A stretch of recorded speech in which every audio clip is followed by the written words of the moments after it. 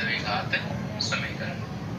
द्विघात समीकरण से पहले हम सेकंड चैप्टर में द्विघात बहुपद के बारे में जान चुके हैं कि एक ऐसा बहुपद जो ax square plus bx plus c के रूप का हो और जहाँ पर a 0 के बराबर ना हो, ऐसा बहुपद द्विघात बहुपद कहलाता है। यदि हम द्विघात बहुपद को 0 के बराबर रख देते हैं तो हमें एक समीकरण प्राप्त होता है और यह समीकरण ही द्विघात समीकरण कहलाता है। यहाँ देखिए, इस समीकरण में विभिन्न पद घातों के घटते क्रम में लिखे गए हैं, इसलिए द्विघात समीकरण का ये जो रूप है, ये द्विघात समीकरण का मानक रूप कहलाता है।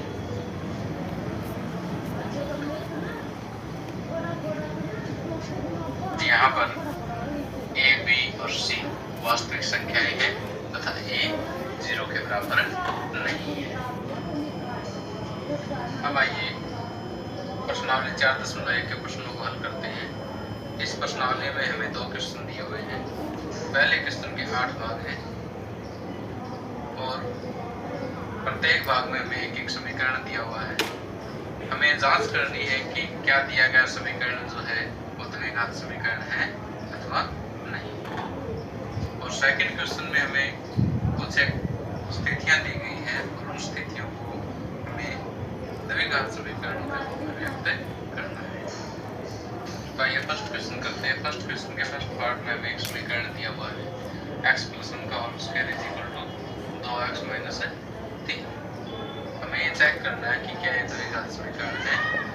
तो देखिए, यदि हम इसे हल करने के पश्चात इस रूप में लिख सकते हैं और जहाँ पर a 0 के बराबर नहीं है तो ये द्विघात समीकरण है तथा नहीं है। आइए देखते हैं, x + 1 का होल स्क्वायर, इसमें a + b के होल स्क्वायर का फार्मूला करते हैं। a + b का होल स्क्वायर क्या होता है?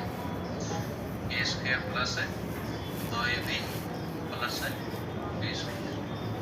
तो x + 1 का whole square a² plus 2ab, 2 a की जगह x और b की जगह a² + 2ab + b² की जगह 1 का स्क्वायर बराबर 2 की x के साथ गुणा -2 की 6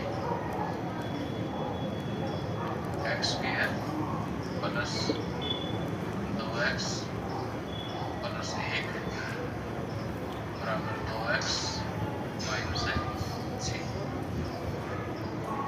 अब सारा लेफ्ट हैंड साइड में ले दोनों पदों को, x² + 2x प्लस 1 - 2x और ये माइनस का 6 लेफ्ट हैंड साइड में प्लस का 6 और बराबर बचेगा g। x² प्लस का 2x और माइनस का 2x कैंसिल हो जाएगा, x² प्लस 1 प्लस 6 7। अब देखिए, इसे हम लिख सकते हैं x² plus 0x plus 7। 0x क्योंकि x वाला पद इसमें नहीं है इसलिए मैंने इसे 0x लिख दिया है, बराबर 0 सत्ता ही आ रहा है इसमें। अब देखिए, ये जो समीकरण है ये ax² + bx + c के रूप का है, इसलिए ये एक द्विघात समीकरण है।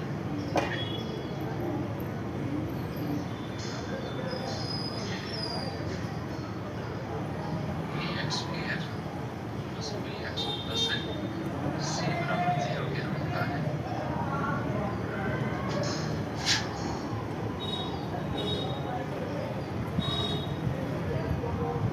इसलिए दिया गया समीकरण एक द्विघात समीकरण है।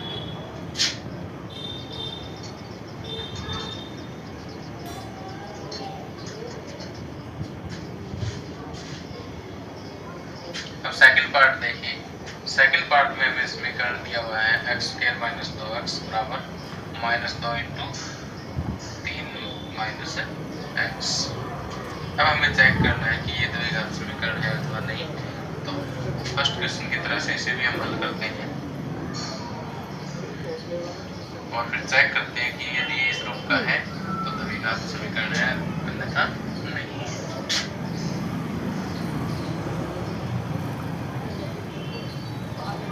अब -2 की 3 के साथ गुना -6 और -2 की x के साथ minus into minus plus 2x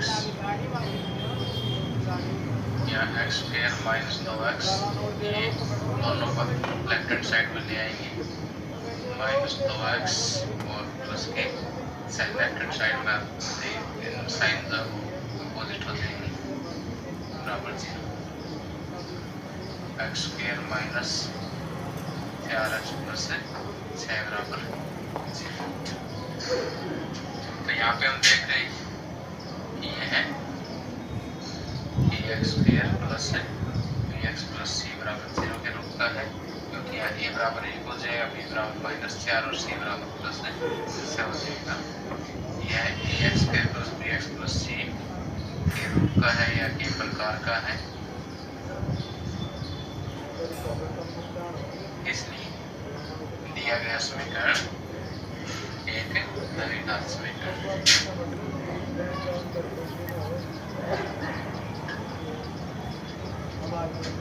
अब फर्स्ट क्वेश्चन का फोर्थ पार्ट देखिए, यहाँ पर हमें समीकरण दिया है x minus 3 into 2x plus 1 बराबर x इंटू एक्स प्लस 5। तो इसे भी हमें चेक करना है कि द्विघात समीकरण है अथवा नहीं। तो चेक करने के लिए सॉल्व करते हैं। x को 2x के साथ गुना करेंगे, 2x स्क्वायर x की 1 के साथ गुना x माइनस 3 की 2x के साथ गुना तो माइनस 6x माइनस 3 की 1 के साथ गुना माइनस 3 बराबर x की x के साथ गुना x स्क्वायर और x के 5 के साथ गुना 5x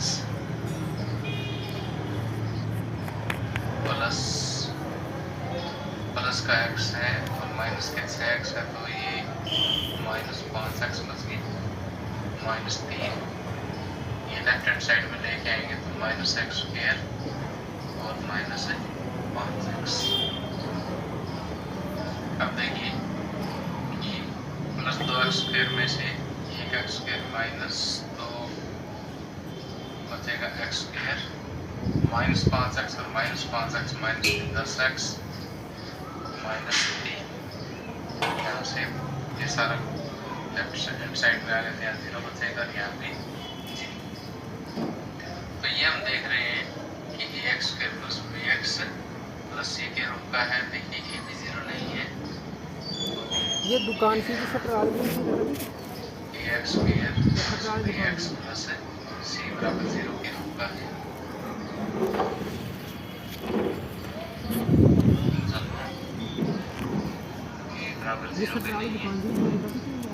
इसलिए दिया गया समीकरण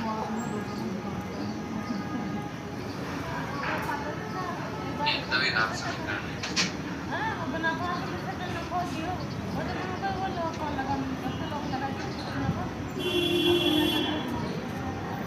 आगे फर्स्ट क्वेश्चन के फिफ्थ पार्ट में हमें जो समीकरण दिया है वो है 2x minus 1 into x minus 3 बराबर x plus 5 into x minus 1। तो इसे ये चेक करने के लिए कि द्विघात समीकरण है तो नहीं, पहले इसको हल करते हैं। ये जो द्विघात समीकरण का मानक रूप है इसके साथ कंपेयर कर लेंगे। यदि इस रूप का है तो द्विघात समीकरण है। 2x की x के साथ गुना, ये सॉल्व करते हैं इसे।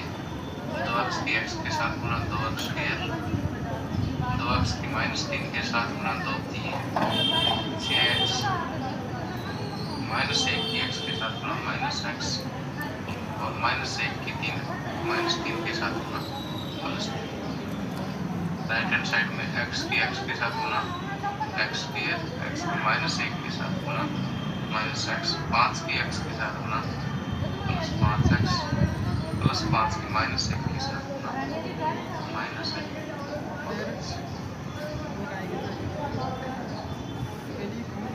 2x square minus 7x plus 3 x square minus का 1 प्लस के 5 तो प्लस के 4x माइनस है 5।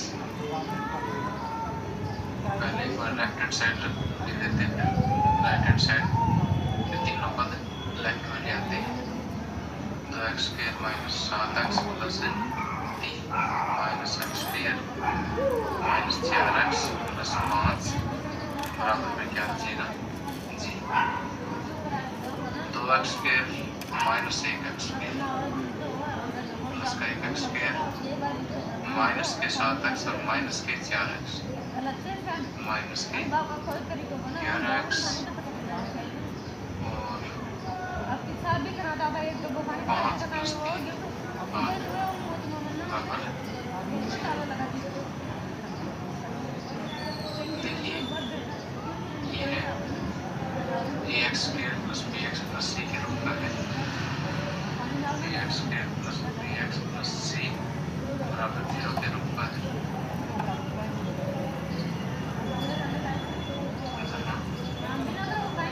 ये बराबर 0 में नहीं है क्योंकि ये बराबर 1 है, आप कंपेयर कर सकते हैं। इसलिए दिया गया समीकरण एक द्विघात समीकरण है।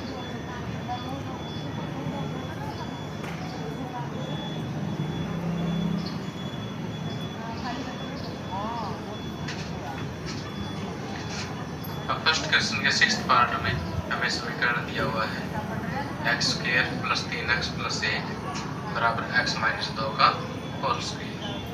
अब हमें चेक करना है कि क्या दिया गया समीकरण द्विघात समीकरण है। तो आइए इसे सॉल्व करते हैं और द्विघात समीकरण के मानक रूप के साथ इसे कंपेयर कर लेते हैं। यदि मानक रूप के प्रकार का है तो द्विघात समीकरण है, अन्यथा नहीं। x square plus 3x plus 1 x minus 2 का whole square a minus b के होल स्क्वायर का फार्मूला लगा दीजिए। a माइनस b का होल स्क्वायर होता है a square minus 2ab plus b square. तो a स्क्वायर की जगह x square minus 2ab 2x 2ab plus b square अर्थात के 2 का square x square plus 3x plus 1 जैसे कैसे लिख दिया मैंने। Right hand side x square minus 4x plus 2 का स्क्वायर हो जाएगा 4 x square plus 3x plus 1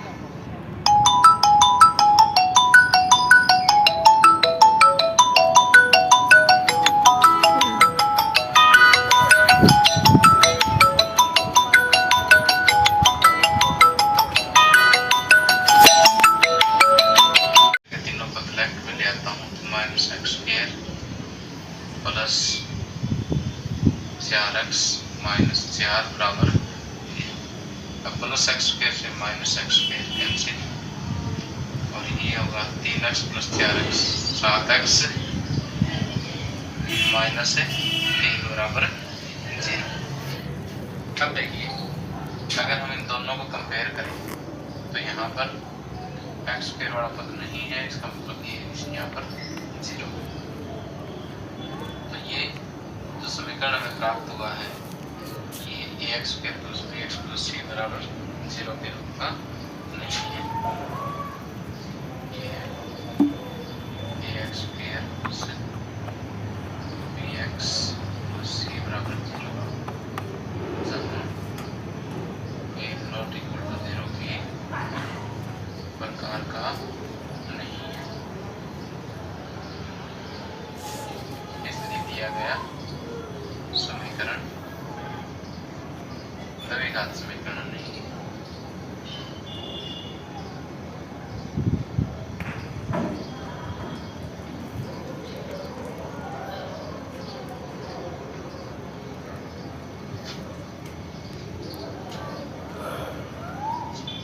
तो 7th पार्ट में हमें दिया है कि x प्लस 2 का घन बराबर 2x into x square minus 1।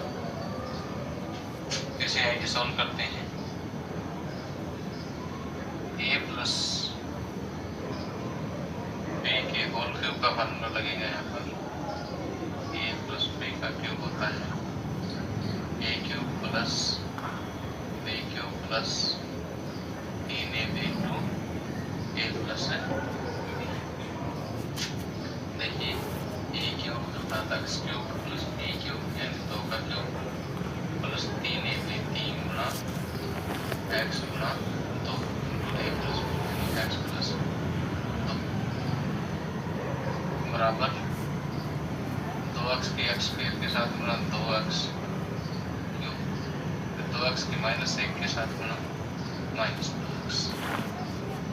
देखिए एक्स क्यूब प्लस 2 का घन 8 प्लस 2 3 6x गुना एक्स प्लस 2 बराबर 2x cube minus 2x। X cube plus 8 6x के x के साथ गुना 6x स्क्वायर 6x की 2 के साथ गुना 12x। राइट हैंड साइड के दोनों पद भी लेफ्ट हैंड साइड में जाते हैं। 2x क्यूब प्लस 2x बराबर 0। प्लस का एक एक्स क्यूब है माइनस के 2x क्यूब है तो माइनस एक्स क्यूब बचेगा। एक्स स्क्वायर वाला एक ही पद है तो प्लस 6x स्क्वायर, एक्स वाला 12 प्लस 2 14x है प्लस 8 बराबर 0। अब देखिए यहाँ पर x की घात कितनी है 3 है, इसलिए ये द्विघात बहुपद सॉरी यहाँ x की घात कितनी है 3 है, इसलिए ये त्रिघात समीकरण है न कि द्विघात समीकरण। तो यहाँ x की घात 3 है, इसलिए ये ax square plus bx plus c बराबर 0 जहाँ a नॉट इक्वल टू 0 इस प्रकार का नहीं है। अतः दिया गया समीकरण द्विघात समीकरण नहीं है।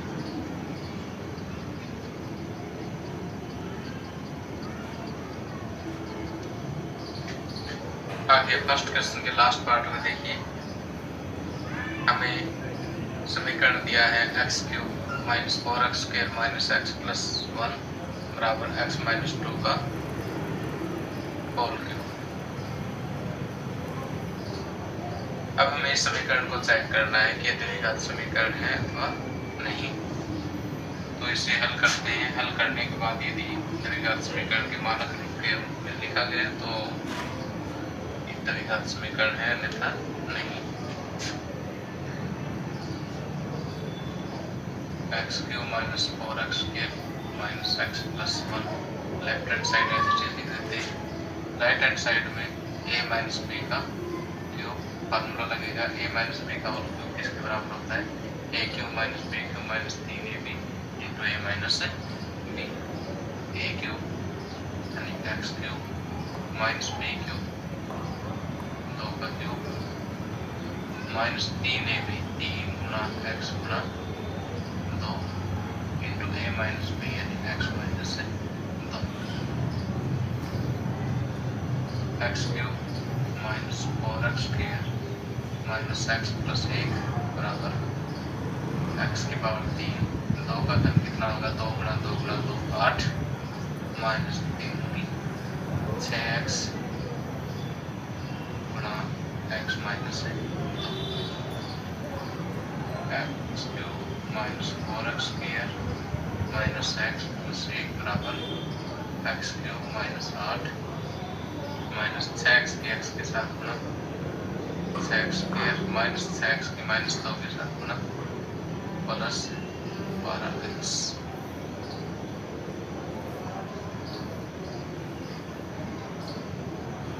X cube minus 4x square minus X plus 1 right hand side के सभी दो को लेफ्ट हैंड साइड में ले आते हैं। Minus x cube plus 8 plus 6x square minus 12x बराबर जी।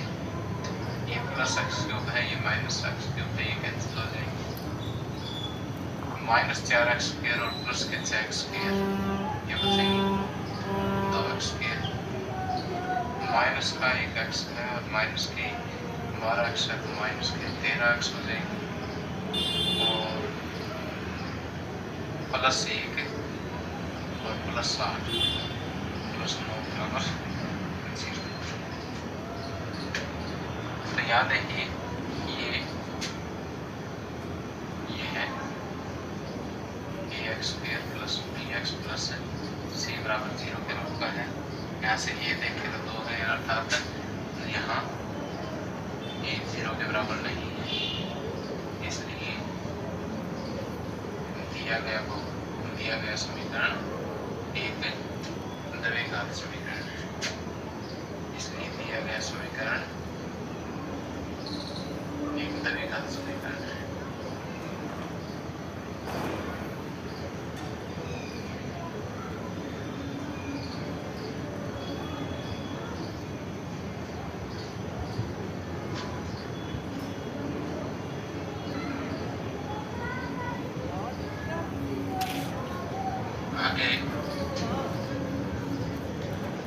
प्रश्न नंबर 2। सेकंड क्वेश्चन के 4 पार्ट हैं। प्रत्येक पार्ट में हमें कुछ स्थितियां दी गई है। उन स्थितियों को द्विघात समीकरणों के रूप में निरूपित करना है। तो फर्स्ट पार्ट है, एक आयताकार भूखंड का क्षेत्रफल 528 वर्ग मीटर है। क्षेत्र की लंबाई मीटरों में, चौड़ाई के दुगने से 1 अधिक है। हमें भूखंड की लंबाई और चौड़ाई ज्ञात करनी है। तो देखिए हम एक आयताकार भूखंड ले लेते हैं। ये एक आयताकार भूखंड है, इसका क्षेत्रफल हमें 528 वर्ग मीटर दिया हुआ है और क्षेत्र की लंबाई चौड़ाई के दुगने से 1 अधिक दी हुई है। तो मान लेते हैं कि चौड़ाई x मीटर है तो लंबाई इसके दुगने से अर्थात 2x से 1 अधिक है। 1 अधिक है तो प्लस में 1 कर दिया। तो ये स्थिति हमें दी गई है, इसे द्विघात समीकरणों के रूप में निरूपित करना है। तो यहाँ पर लिखेंगे माना भूखंड की चौड़ाई बराबर x मीटर, लंबाई कितनी हो जाएगी? लंबाई आ जाएगी 2x प्लस 1 और क्षेत्रफल कितना दे रखे हैं? 528 वर्ग मीटर। लेकिन हमें पता है कि आयत का क्षेत्रफल क्या होता है? आयत का क्षेत्रफल होता है लंबाई गुणा चौड़ाई। लंबाई होगी 2x प्लस 1 और चौड़ाई है x। तो आयत का क्षेत्रफल लंबाई और चौड़ाई से हमने ये प्राप्त किया, दिया हुआ ये है, इसलिए हम इन दोनों को बराबर रख सकते हैं। 2x प्लस 1 गुणा x बराबर 528।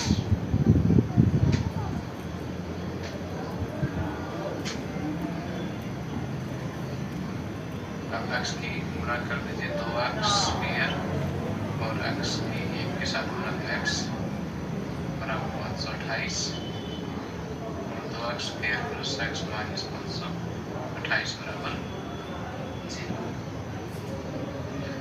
तो ये देखिए ax square plus bx plus c के रूप का है, इसलिए हमें एक दी गई स्थिति के लिए द्विघात समीकरण प्राप्त हो जाता है। अब सेकंड क्वेश्चन का सेकंड पार्ट देखिए। 2 क्रमागत धनात्मक पूर्णांकों का गुणनफल 306 है। हमें पूर्णांकों को ज्ञात करना है। तो धनात्मक पूर्णांक दोनों ही क्रमागत दे रखे हैं, तो एक अगर x है तो दूसरा उससे 1 अधिक होगा। तो ये दो क्रमागत धनात्मक माना दो क्रमागत धनात्मक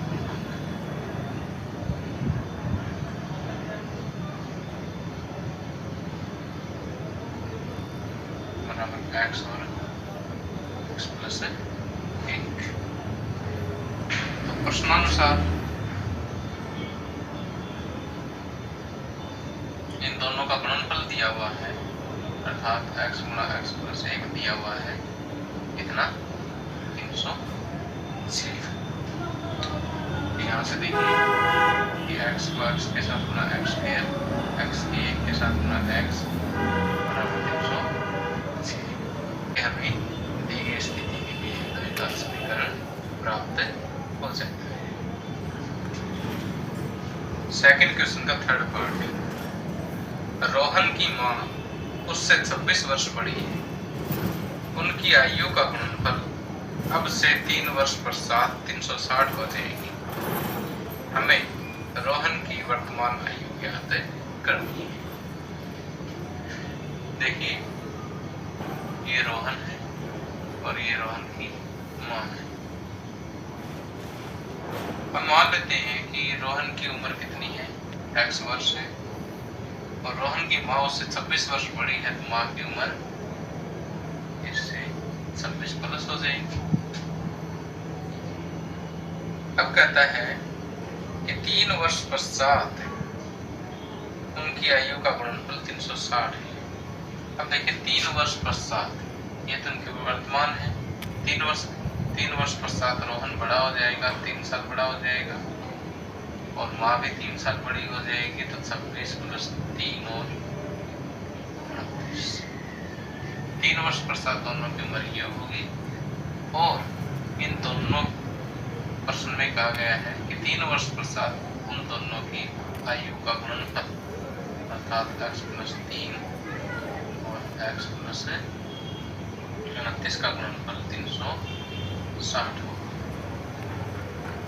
तो इन दोनों के जब हम गुणा करेंगे तो हमें एक द्विघात समीकरण प्राप्त हो जाएगा।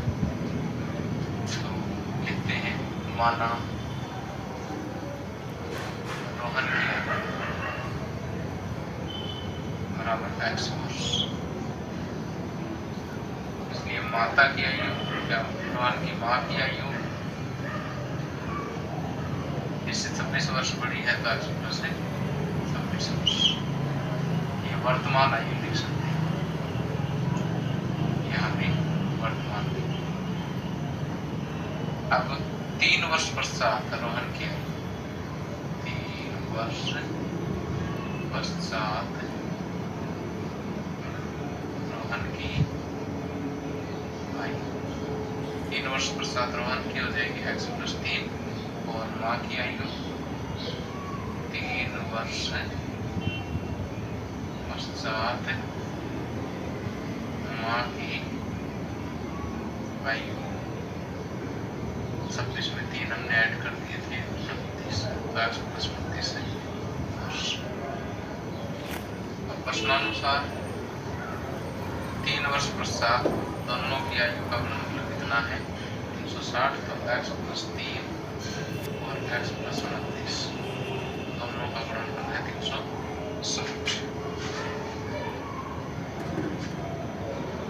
x के साथ गुणा, x के 29 के साथ गुणा 29x, फिर 3 की x के साथ गुणा 3x और 3 की 29 के साथ गुणा 87 बराबर 360। x square plus 29 plus 3 32x, अब 87 360 इधर आकर के माइनस हो जाएंगे, तो माइनस 360 और प्लस के 87 ये बचेगा माइनस 273 बराबर 0। तो ये देखिए ax square plus bx plus c के रूप का है। तो दी गई स्थिति के लिए हमें द्विघात समीकरण प्राप्त हो जाता है।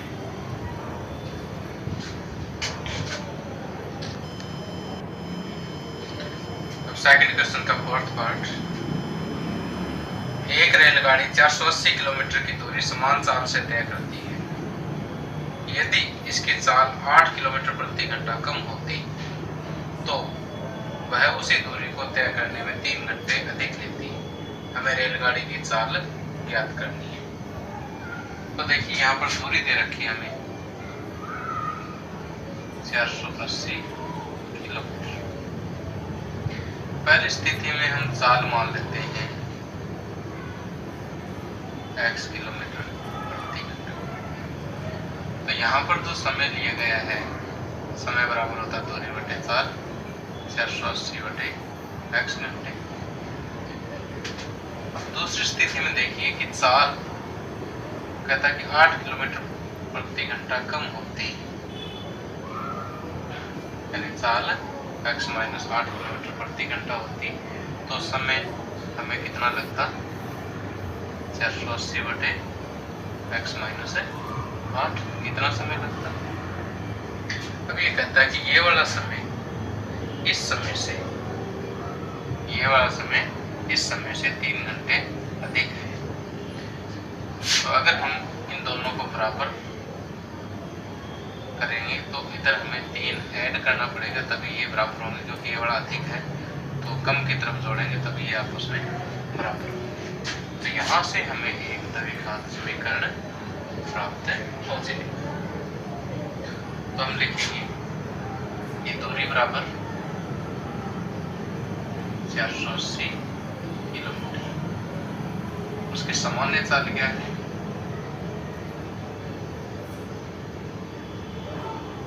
माना सामान्य चाल x किलोमीटर प्रति घंटा। सामान्य चाल में लिया गया समय, सामान्य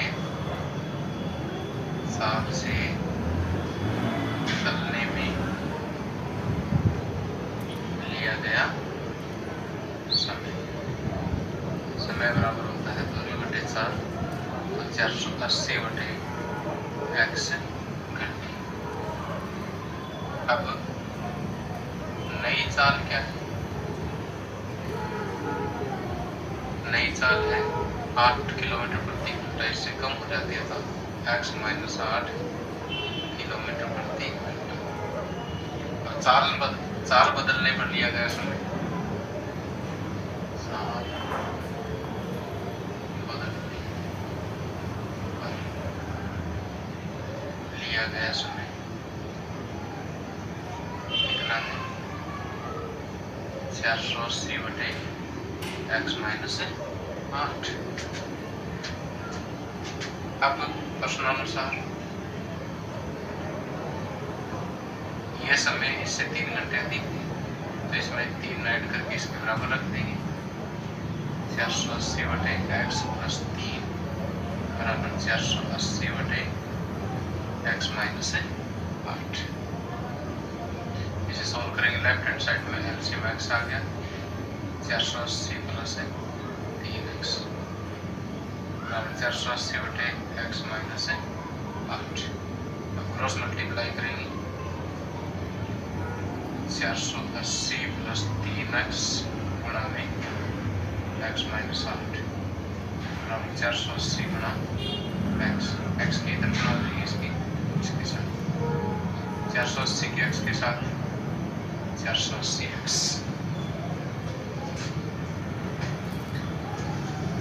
480 के माइनस 8 के साथ गुणा करेंगे तो यह आएगा 3840।